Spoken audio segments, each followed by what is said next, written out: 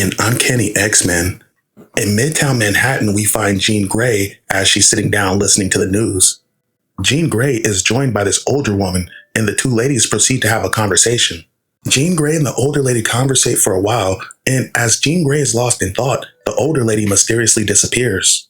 But as the older lady disappears, Aurora arrives, asking Jean if she's so late that has she started talking to herself.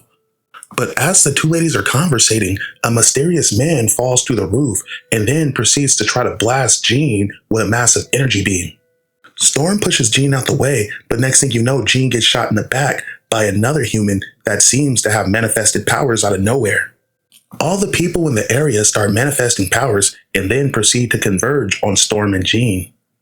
Elsewhere in the Midtown sewers, we see Anoli in armor as Kitty Pryde has sent them down into the sewers to track down an alleged sewer monster. But as the two are investigating, they get ambushed by none other than Dark Beast. Anoli gets tackled and grabbed by Dark Beast. But luckily for Anoli, Armor knocks him off before grabbing Dark Beast and pinning him to a wall. But Dark Beast grabs a vial from his utility belt and then proceeds to inject it in Armor's manifestation. Now this disrupts Armor's mutant ability and gives Dark Beast enough time to break free and escape. Now Dark Beast runs off yelling, "I will not let him bring me back," but the two X-Men have bigger trouble.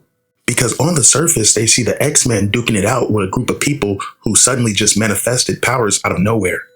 Jean Grey can sense that someone is controlling these people, but unfortunately, there's a powerful telepathic block in place, and she can't get a fix on them. But in the midst of all the chaos, someone starts communicating to Jean through the civilians. They tell Jean that they don't want to hurt the X-Men, and they weren't their primary target, they just accidentally got in their crosshairs. Whoever this mysterious person is, they plead with Jean to stand down. They tell Jean that you were with him, so they simply got confused at the moment. Now this mysterious figure pleads with Jean Grey, and he informs her that the world is in danger. And if they don't stand down, they don't know when they'll get another chance to try to save it, or if they'll get another chance.